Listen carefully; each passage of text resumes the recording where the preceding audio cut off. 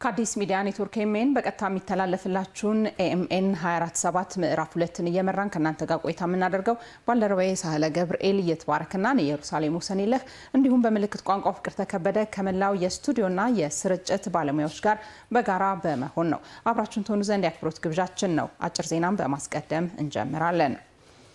ኢትዮጵያና ቻይና በተለያዩ የልማት ትብብር ርዕሰ ጉዳዮችን ለማከናወን ያለንን ጽኑ አቋም በማስቀጠል ላይ ውይይት አድርገናል ሲሉ ጠቅላይ ሚኒስትር ዶክተር አብይ አህመድ ገለጹ። ጠቅላይ ሚኒስትር ዶክተር አብይ አህመድ ኢትዮጵያና ቻይና ለበርካታ አስርተ ዓመታት የዘለቀ ጠንካራ ግንኙነት እንዳላቸው ገልጸው የግንኙነት በቅርቡ ወደ በሁኔታዎች የማይለዋወጥ የስትራቴጂክ ትብብር አድርጓል ብለዋል።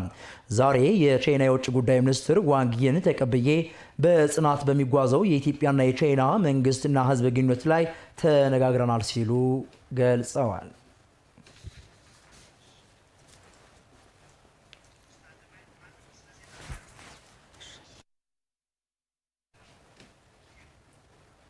ጠቅላይ ሚኒስትር ዶክተር አብይ አህመድ ከቻይና የውጭ ጉዳይ ሚኒስትር ጋር የነበራቸውን ውይይት በምስለ ዜና ተከታትለን እንመለስ።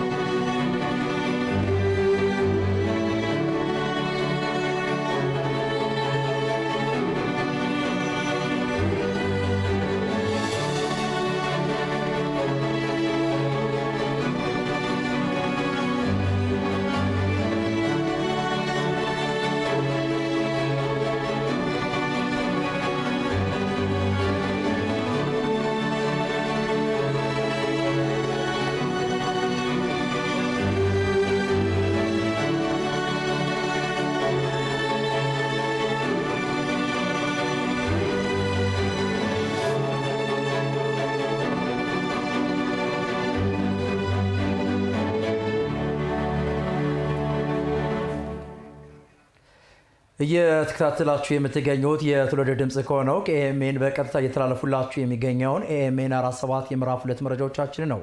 ከኛ ጋር ስለሆናችሁ እጅግ አድርገን እናመሰግናለን። ቀደም ብለን በአጭርና እንደዚሁም በምስለ ዜና ወደ እናንተ የቀረቡ መረጃዎችን አስቀድመናል። አሁን ደግሞ በዝርዝር ርዕሰ ጉዳይ ወደምንመለከታቸው መረጃዎች አለፍን። ኢትዮጵያና ቻይና በግብርና በተለይም በቡና ዘርፍ ያላቸውን ስትራቴጂካዊ አጋርነትና ትብብር ወደ ላቀ ደረጃ እያሳደጉ መሆኑን የመንግስት ከፍተኛ አመራሮች ገለጹ። ቻይና የኢትዮጵያ ቡና መዳረሻ በመሆን ባለፉት 5 ዓመታት ከ33ኛ ወደ 4ኛ ደረጃ ከፍ ማለቷ ታውቋል። የኢትዮጵያን ቡና በቻይናና በዓለም ገበያ የማስተዋወቅ ዓላማ ያለው የንግድና የኢኮኖሚ ትብብር በቻይና ጁጆ ከተማ ተካሂዷል። ይታያል አጥናፉ ዝርዝሩን ይዟል። የኢትዮጵያ ቡና በቻይናና በዓለም ገበያ የማስተዋወቅ ዓላማ ያለው የንግድና ኢኮኖሚ ትብብር በቻይና ጁጆ ከተማ ተካሂዷል። የመንግስት ከፍተኛ አመራሮች እንደገለጹት ኢትዮጵያና ቻይና በግብርናው ዘርፍ ያላቸው ትብብር ከንግድ ባለፈ ወደ ስትራቴጂካዊ አጋርነት እያደገ መጥቷል ብለዋል። የግብርና ሚኒስትር ዴኤታው ዶክተር ይፋ ሙለታ እንደገለጹት መንግስት የግብርና ምርቶችን በዓለም አቀፍ ገበያ ተወዳዳሪ ለማድረግ ሰፊ የሪፎርም ስራዎችን እያከናወነ ይገኛል ብለዋል። በቻይና የተካሄደው ኮንፈረንስም የሀገሪቱን የወጭ ንግድ ገቢ ለማሳደግ ከሚደረጉ ጥረቶች መካከል ተጠቃሽ መሆኑን አስገንዝበዋል። ከቡና ምርት ባለፈም የእንስሳት ተዋጽኦ፣ የአሳ ምርቶችና ሌሎችን የግብርና ውጤቶችን በስፋት ቻይናን ጨምሮ ወደ ሌሎች ሀገራት ለማቅረብ እየተሰራ እንደሚገኝ ገልጸዋል። ይህም በኢትዮጵያና በቻይና መካከል ያለውን የንግድ ትስስር ይበልጥ እንደሚያጠናክረው ጠቁመው ለኢትዮጵያ ላኪዎች አዳዲስ የገበያ እድሎችን እንደሚፈጥርም ተናግረዋል። የሀገሪቱን የግብርና ምርትና ምርታማነት ለማሳደግና ተወዳዳሪነቱንም በአገር ውስጥም ከሀገር ውጭም በዓለም ገበያ ላይ ተወዳዳሪነቱን በጣም ለማስፋት የተለያዩ ቴክኖሎጂዎችና ኢኖቬሽኖችን እንደዚሁም ደግሞ የግብርና ግብአቶችን ከመጨመር አንስቶ መንግስት ሰፊ ስራ እየሰራ ነው የሚገኘው። ውጤቶችም ተገኝቷል። ስለዚህ ቡናንም ጨምሮ ከቡና ውጭም ያሉት የተለያዩ የግብርና ምርቶችን የእንስሳት ምርትን የአሳም ሁሉ አንድ ላይ ጨምሮ እየተሰራበት ነው የሚገኘው ማለት ነው። አሁን በቻይና የተደረገው የቡናና የንግድ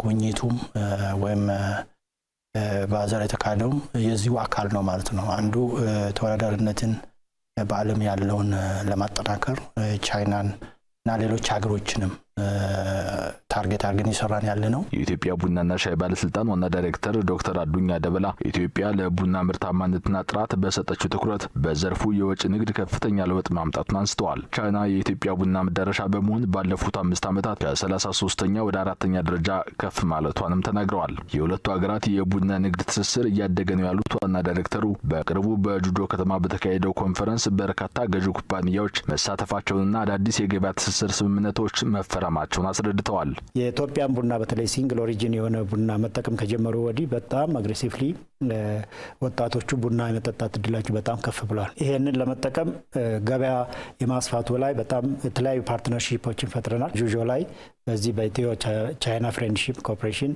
ኮሚቴ በጋራ ሆነን ከኢትዮጵያ ጋር ከግብርና ሚኒስቴር እንደገና ከቡናና ሻይ ጋር በመሆን የሰራነው ስራ ውጤት አስገኝቷል ብዬ እላለሁ።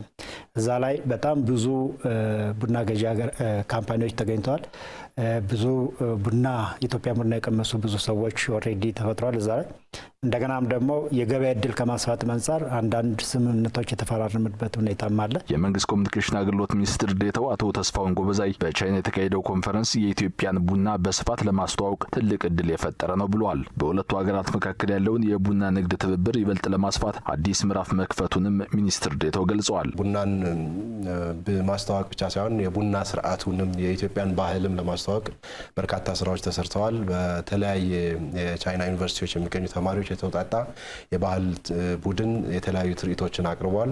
አጠቃላይ ቡና ለኢትዮጵያ ምን ማለት ነው፣ ከአፈላል ስርዓታችን የተለያዩ ጣዕሞቻችን ጋር ተያይዞ ምን ይመስላል የሚለውን በሰፊው ለማቅረብ ተሞክሯል። በጣም ሰፊ ቁርኝቶችን ለመፍጠር እድል የፈጠረና ትልቅ ለወደፊትም መነሻ የሚሆኑ ስራዎች መሰረት የጣሉበት ሁነት ነበር። የከተማው አመራሮች ለህዝቡ ቃል የተገቡ የልማት ስራዎችን እውን ለማድረግ በጊዜ የለኝም መንፈስ መስራት እንደሚገባም በብልጽግና ፓርቲ የአዲስ አበባ ቅርንጫፍ ጽህፈት ቤት ኃላፊ አቶ ሞገስ ባልቻ አሳሰቡ። የአዲስ አበባ ብልጽግና ፓርቲ ቅርንጫፍ ጽህፈት ቤት በሀሳብ ትጋት በውጤት ወደ ላቀ ሁለተኛ ምዕራፍ በሚል መሪ ሀሳብ የ2018 ዓ.ም የ6 ወራት እቅድ አፈጻጸም ግምገማ አካሂዷል። ቴዎድሮስ ይሳ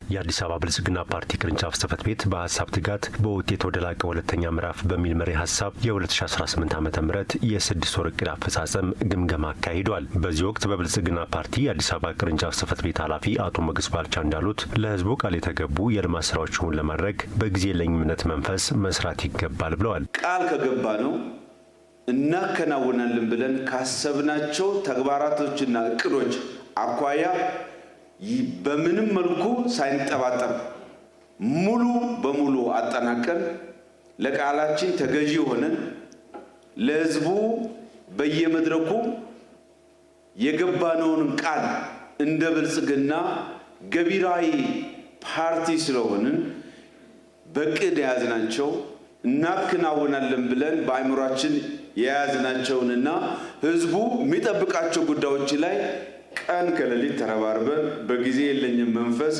ማከናወንና ሜላቱ ሙሉ መሆን አለበት። ጽዋው ሙሉ መሆን አለበት። የተሟላ ሙሉ ጽዋ ማስረከብ አለብን ለህዝቡ ማለት ነው። በከተማው የሚከናወነው ሀገራዊ ምርጫ በስኬት እንዲጠናቀቅ ምቹ ስነ ምህዳር መፍጠር ከአመራሩ የሚጠበቅ ተግባር መሆኑንም አቶ ሞገስ ባልቻ አጽንኦት ሰጥተዋል። ዲሞክራሲን ከሚረጋገጥበት አንዱ ተግባር ምርጫ ስለሆነ አብሮ ከኛ ጋር ለሚፎካከሩ ወንድሞቻችን እና እህቶቻችን ሜዳው የተመቸና የተለሳለሰ መሆን ስለሚገባው እንዳይጎረብጣቸው ይሄን ከማድረግ አኳያ እንደ ገዢ ፓርቲ ይሄ ዲሞክራሲያዊ ሂደቱ ያማረ የተሳለጠ ሰላማዊ ተአማኒነት ያለው እንዲሆን ከማድረግ አኳያ ከየትኞቹም የፖለቲካ ፓርቲዎች በከተማ አስተዳደራችን ለመወዳደር ከተመዘገቡ የፖለቲካ ፓርቲዎችና በበላይነት ከሚዳኘን የምርጫ ቦርድ በላቀ ሁኔታ ከፍተኛ ኃላፊነት የሚሰማንን ማለት ነው። ያለፉት 6 ወራት የነዋሪዎችን ሁለንተናዊ ተጠቃሚነት ያረጋገጡ ሰው ተኮር ስራዎች የተሳኩበት እንደነበር የፓርቲው አመራሮች ገልጸዋል።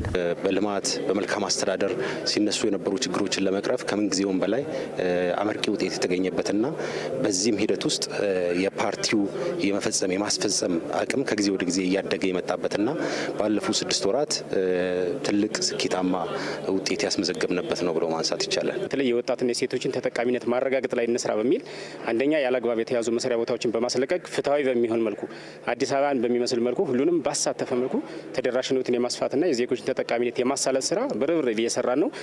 ያለአግባብ ደግሞ የሚጉላሉ ማህበረሰቦች እንዳይኖሩ ከምንም በላይ ደግሞ በአገልግሎቱ ጎን ለጎን ሌብነትና ብልሹ አሰራር እንዳይኖር እነሱን የመቅረፍ እየሰራን ነው። እንደ ፓርቲን ማዕከል ያደረገ በክህሎት የሰለጠነ ወጣትና ሴት ኃይልን በማደራጀት በቴክኒክና ሙያ በተለያዩ ስልጠና ማዕከላት ስልጠና በመስጠት በማደራጀት እንደዚሁም ደግሞ በቅጥር በተለያዩ ኢንዱስትሪዎች በማስተሳሰር ሰፊ የስራ እድል ፈጠራዎች ስራ ሰርተናል ማለት ነው። በቀጣይ 6 ወራትም ዲሞክራሲን በተግባር በማረጋገጥ በመዲናዋ የሚካሄደው ሀገራዊ ምርጫ ውጤታማ እንዲሆን ትኩረት ሰጥተው እንደሚሰሩም አመራሮቹ ጠቁመዋል። በአንድ በኩል ፓርቲው በምርጫው ተወዳዳሪ እንደመሆኑ መጠን አሸናፊ ሆነን የምንወጣበትን ምቹ መደላደል የምንፈጥርበት፣ በሌላው በኩል ምርጫው ሰላማዊ ዲሞክራሲያዊና ቅቡልነት ያለው ምርጫ እንዲሆን ከማድረግም አንጻር ጠንክረን የምንሰራበት ጊዜ ነው የሚሆነው ማለት ነው። የጀማመርናቸው ስራዎችን መስራት ያስፈልጋል። ያው ምንሰራ ምርጫን ታሳቢ ብቻ አድርገን አይደለም፣ የዜጎችን ችግር ከስር መሰረቱ ሊፈታ የሚችል ጥያቄዎችን ነው እየመለስን ያለ ነው። ግን ዞሮ ግን ሀገር አቀፍ ትልቅ ስለሆነ ሰላሙን ማስጠበቅ፣ ህዝባችንን ማስተባበርና ለምንፈልገውን ዓላማ በግብ እንድናሳካ የያዝናቸውን እቅዶችን ማሳካትና ማምራት ያስፈልጋል በሚል እዛም አልፎ ደግሞ ምቹ የምርጫ ሁኔታዎች እንዲፈጠሩ አካባቢዎችን የማስተካከል ሬዲ የማድረግ የሚያስፈልጉ ግብዓቶች እንዲሟሉና ማንኛውም ሰው ፍትሃዊ በሆነ መንገድ ዴሞክራሲያዊ በሆነ መንገድ ምርጫው ላይ እንዲሳተፍ ለማድረግ ሰፊ ስራዎች እየተሰሩ ይገኛሉ። ይሄን አጠናክረን የምንቀጥል ይሆናል ማለት ነው። ከአዲስ ሚዲያ ኔትወርክ ኤኤምኤን በቀጥታ የሚተላለፍላችሁን ኤኤምኤን 24/7 ምዕራፍ 2 ነው በመከታተል ላይ ያላችሁ ተመልካቾቻችን። ከኛ ጋር ስላላችሁ እጅግ አድርገን እናመሰግናለን። ዜናዎቻችን አሁንም ወደ እናንተ መድረሳቸውን ይቀጥላሉ። የኢትዮጵያ ሀገራዊ ምክክር የሁሉም ኢትዮጵያውያን ድምጽ የሚደመጥበት ነው አለ የኢትዮጵያ ሀገራዊ ምክክር ኮሚሽን። ሀገራዊ ምክክር ለሁሉም በእኩልነትና በፍትሃዊነት የሚሳተፉበት ትልቅ ኃላፊነትን የሚጠይቅ አካሄድ መሆኑንም የሀገራዊ ምክክር ዋና ኮሚሽነር ፕሮፌሰር መስፍን አርአያም ተናግረዋል። ጽዮን ማሞ ተጨማሪ አላት። እንመካከር ይፈታል ችግሩ። ኢትዮጵያ ዘመናትን የተሻገረ የጦርነት ታሪክን አስተናግዳለች። እነዚህ እርስ በርስ ጦርነቶችና መጓተቶች በሀገር ስልጣኔና የኢኮኖሚ እድገት ላይ ዋጋ ያስከፈሉ የማይሻር ጠባሳንም ጥለው ያለፉ ናቸው። ዛሬም ቢሆን ግን ከቀድሞ ስህተት የማይማሩ በኢትዮጵያ ምድር የሀሳብ ልዩነትን በጠመንጃ ለመፍታት የሙጥኝ ያሉ ቡድኖች መኖራቸው ሲታይ በሀገራችን አሁንም በሀሳብ የበላይነት አምኖ የመመካከር ባህል ደካማ ስለመሆኑ ማሳያ ነው። ሀገር ከጦርነት አዙሪት ትወጣ ዘንድ የሀሳብ ልዩነቶች በምክክር ይፈቱ ዘንድ የኢትዮጵያ ሀገራዊ ምክክር ተቋቁሞ ኢትዮጵያውያን እንሆ እየመከሩ ነው።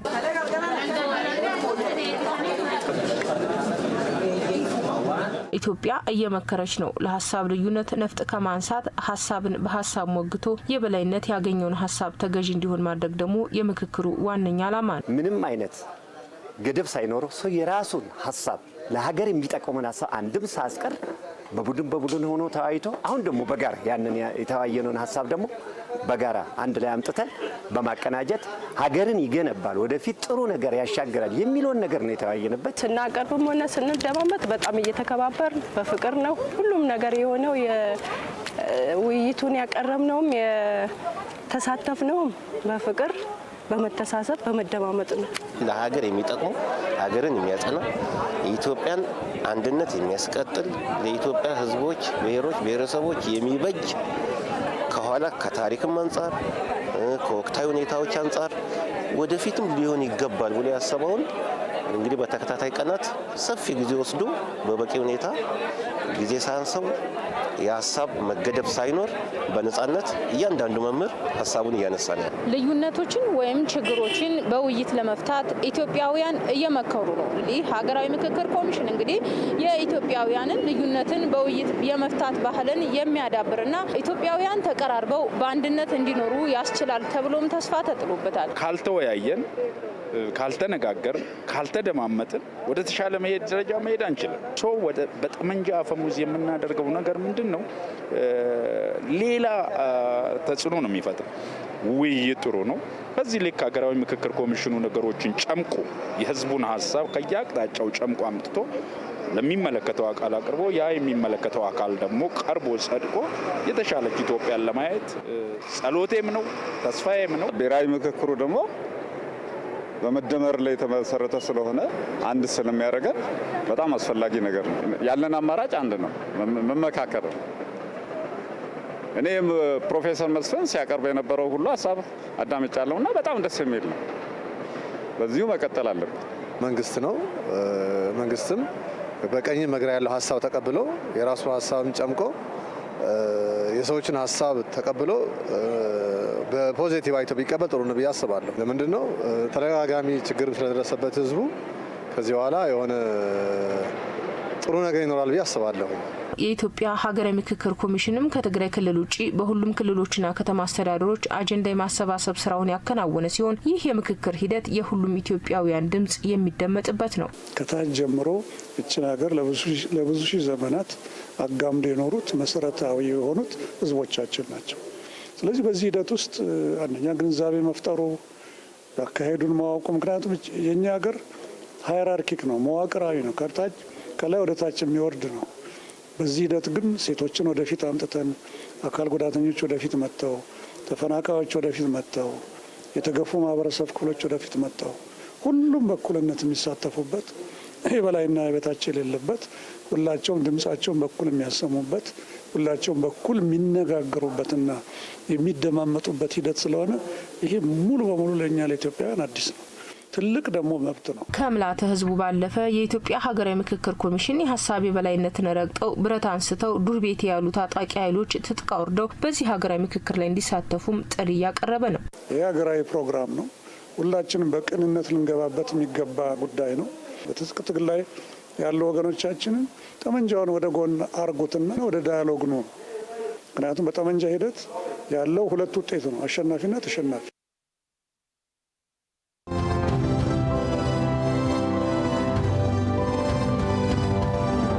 እኔና እናንተ የበለጸገች ኢትዮጵያን በተሟላ መንገድ የምንቋደስ ሰዎች አይደለንም። ለዛ ፋውንዴሽን ጥለን ልጆቻችን በበለጸገች ሀገር ውስጥ እንዲኖሩ ከችግር እንዲቀላቀሉ ለማድረግ መስዋዕትነት ለመክፈል ዝግጁ መሆን አለብን። ለልጆቻችን ምንዳ እንዲሆን አስበን ከሰራነው ብቻ ነው ራዕያችን ተሻጋሪ መሆን የሚችለው። ለትውልድ መስራትን ይሁነኝ ብሎ ያመነ አመራር፣ ያመነ ምሁር፣ ያመነ ማህበረሰብ ከሆን መቀየር ይቻላል። የዛሬ 5 ዓመት ኢትዮጵያ አፍሪካዊት የብልጽግና ተምሳሌት መሆን አለባት የሚል ራዕይ ሰንቀናል። 100% እናሳካዋለን። 100% ጥያቄ የለውም። በአፍሪካ አንደኛ አላልኩም፣ በአፍሪካ የብልጽግና ተምሳሌት እናረጋታለን። ጥያቄ የለውም። ይሄ በ2040 የዛሬ 22 ዓመት በዓለም አርያ የሆነች ሀገር ትሆናለች።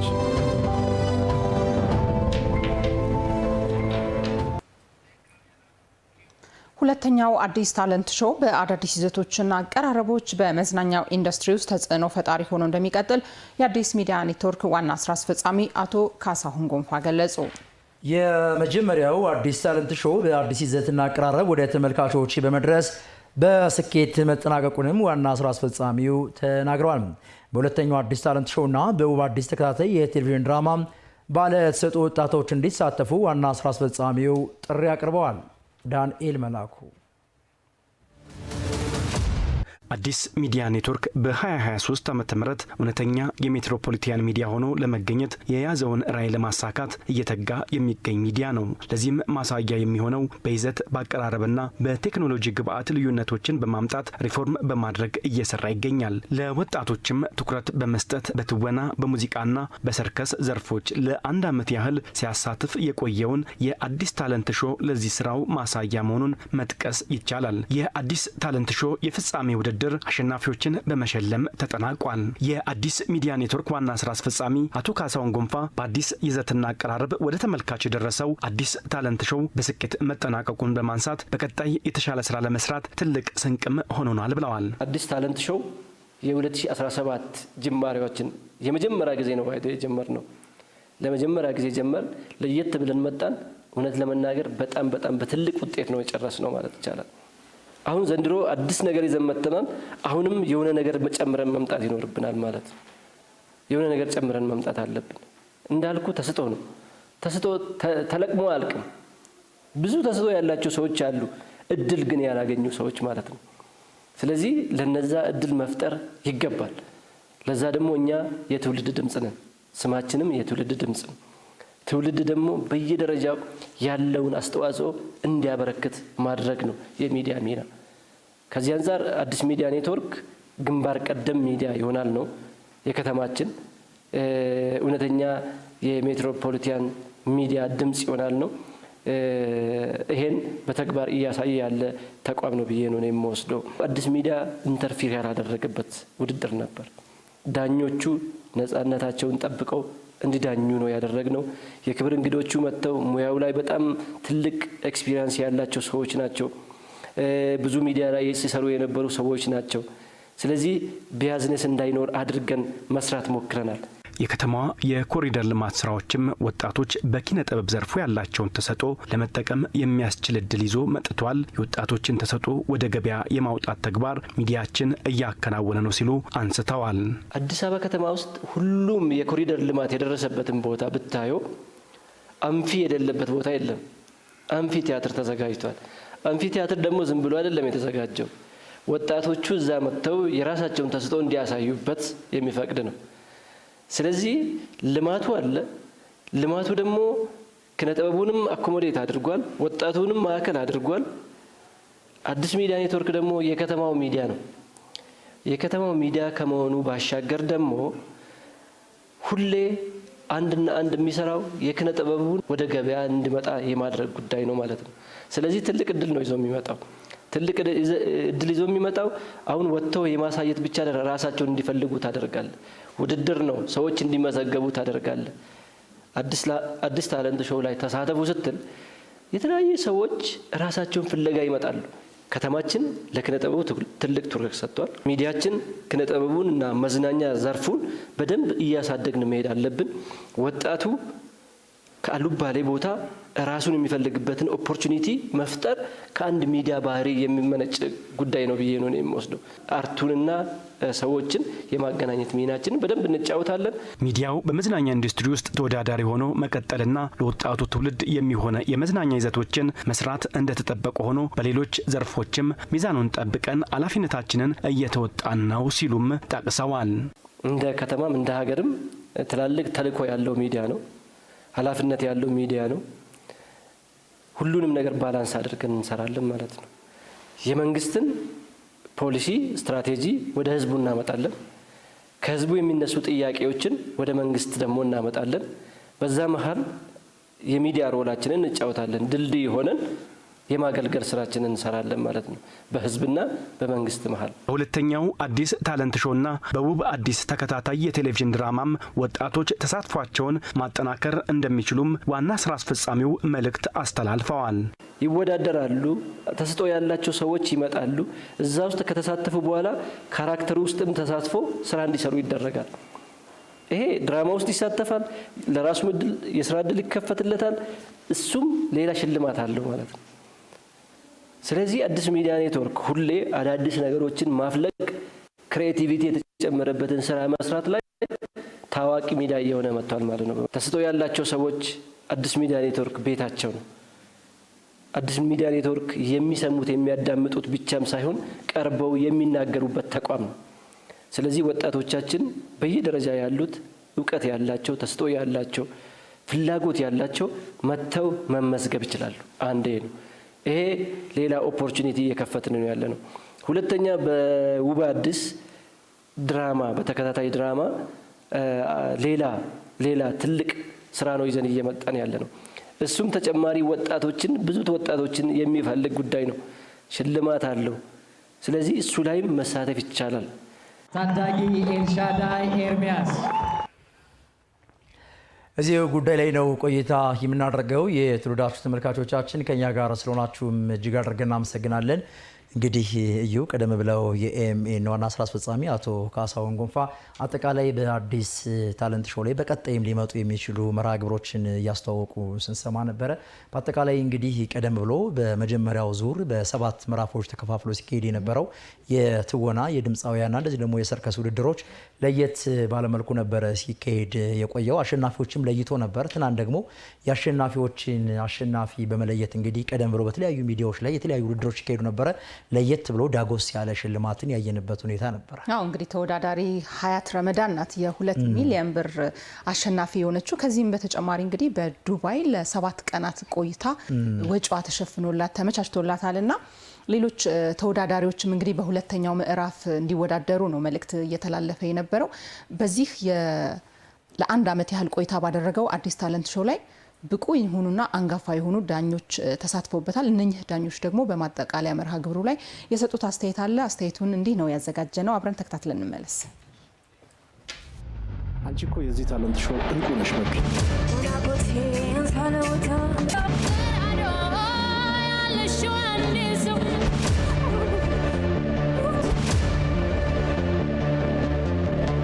ለአዲስ ታለንት ሾው ለአዲስ ሚዲያ ኔትወርክ የሚሰሩት ከአመራሩ ጀምሮ እስከታች ያሉት ሰራተኞች ከካሜራ ጀርባም ያሉ ሰራተኞች እንኳን ደስ አላችሁ። የኛ ቀን ነው። ለዚህ ቀን እንኳን አደረሳችሁ። የኢትዮጵያ ሕዝብም እንኳን አደረሳችሁ ማለት ፈልጋለሁ። ተመልካቾች ምን ያህል በዚህ ውድድር ላይ ኢንቮልቭ እንዳደረጉ ወይም የቀጥታ የስሜት እንትን እንዳደረጉ አይቻለሁና እኔ በምኖርበት ሰፈርና በአንዳንድ ቦታዎች ላይ እከሌ ነው የሚያሸንፈው እንትና ነች ብታሸንፈው እንትናን ብታሳልፉ የሚል ነገር አለ።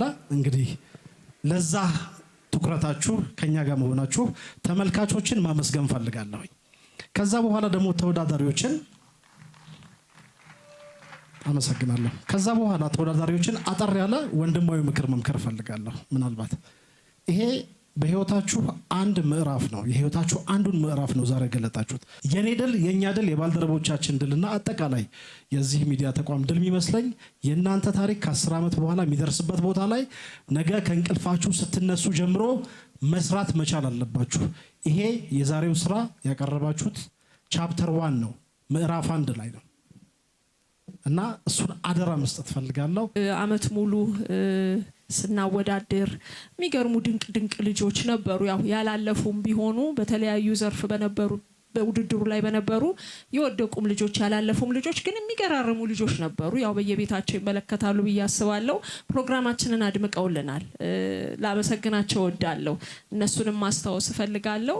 በተረፈ እንግዲህ ዛሬ እዚህ ጋር ደርሰናል። ተወዳዳሪዎቻችን ኦሬዲ እኔ ያው ማጋነን አይሆንብኝና ገበያ ውስጥ መግባት የሚችሉ ልጆችን አፍርተናል። እዚሁም እያየነው ነው። በጣም እናመሰግናለን ቴዎድሮስ ተሾመ። አለፉም አላለፉም አሁን በዘረጋህላቸው መስመር እንዲገቡ መንገድ መክፈት በግሌ ላመሰግን እወዳለሁ። ሙዚቃ ተወዳዳሪዎቻችንም ተዋኞቹም ሁሉም ኦሬዲ በቃ እየገቡ ነው። ዋናው አላማው ይሄ ነው። የማንኛውም ውድድር አላማና ኢላማው ይሄ ነው። ሙያተኛ ማፍራት ስለሆነ ውጤቱ ምንም ሆነ ምንም እንኳን ደስ አላችሁ ማለት እፈልጋለሁ። ጓደኞቼ በጣም ነው ማመሰግነው። በጣም አሪፍ ጊዜ ነበረን። አመቱን ሙሉ እንደ ስራ ሳይሆን እንደ ወንድምና እህት ደስ በሚል ሁኔታ ነው ያሳለፍነው። የአዲስ ሚዲያ ኔትወርክ ባልደረቦች በሙሉ ቴክኒካሉም እነጆ ቴንክ ዩ ሶ ማች በጣም አሪፍ ጊዜ ነው ያሳለፍነው ከናንተ ጋር። ጊዜው አትንገረኝ አሳየኝ ነው። አዲስ ታለንት ሾው የአዝናኖትን የማየት በዛ ውስጥ ደግሞ ማን የተለየ የሆነ ኪነ ጥበባዊ ስኪል ተፈጥሮ አለው የሚለውን ነገር እያየን የመጣንበት በሂደት በጣም ብዙ ልጆችም እዚህ ጋር ያልደረሱ ለኢንዱስትሪው ኮንትሪቢዩት ያደረጉ የደረሱ ልጆች አፍርተናልና በዛ በጣም ደስተኛ ነኝ። እዚህ ያላችሁት ልጆች እዚህ ፋይናል ላይ ደረሳችሁት ኦልሬዲ ወደ ኢንዱስትሪው የገቡ ናቸው ብዬ አፌን ሞልቼ መናገር እችላለሁ። ቀደም እንደሰማነው ሳያት ኦልሬዲ የራሷን ዘፈን ይዛ እስከመጣ በዚህ ደረጃ መምጣት መቅደም ተችሏል። እዚህም ነቴዲም ለተውኔቱ የፈጠሩት ነገር አለና ይሄ አጠቃላይ ነገሩ የአዲስ ታለንት ሾውን በቀጣይ እንድንጓጓለት ይበልጥ እንዲሰራ የበለጠ እንድንተጋ የሚያደርገን ነውና በጣም ደስ ብሎኛል። ለሁላችሁም ለክሩ፣ ለካሜራማን፣ ለሁሉም ሰው በጣም አድርጌ አመሰግናለሁ። ይሄ ምን አይነት ታለንት ነው? ይሄንን ሾው ስንጀምረው እንደ አዲስ አበባ ውብ የሆነ እንደ አዲስ አበባ ያማረ እንደ አዲስ አበባ ነገን የምንኮራበት ሾው እንጀምር ብለን ነበር የጀመርነው። ሌላው ትልቁ ዓላማችን የነበረው ለውጥ ማምጣት የሚችል ትልቅ ለውጥ የሚያመጣ ሾው ብለን ነበር የጀመርነው። እግዚአብሔር ይመስገን ይህንን ለውጥ የሚያመጣ ዓላማውን ግቡን የመታ ሾው ነው። አዲስ ታለንት ሾው በቅርጹም በአይነቱ ባወጣውም ኢንቨስትመንት ለታለንቱ ለአርቱ ኢንዱስትሪ ውስጥ እንዳለን ሰዎች ለዚህ ኢንዱስትሪ አይን ሰጥቶ በጣም ከላይ ከከንቲባ ጽሕፈት ቤት ጀምሮ አዲስ ሚዲያ ኔትወርክ ሁሉም እዚህ ውስጥ ያሉት የማኔጅመንትም የምንም አካላት እንደ አይን ብሌናቸው ተንከባክበው እኛንም አክብረውን ለሙያው ትልቅ ክብር ሰርተው እዚህ ጋር ስላደረሱ በእውነት በኢንዱስትሪ ስም በጣም ማመስገን እወዳለሁ። እግዚአብሔር ያክብርልን። አክብራችሁናል፣ ሙያውን አክብራችኋል፣ እኛን አክብራችኋል። እግዚአብሔር በጣም ያክብርልን። ረመዳን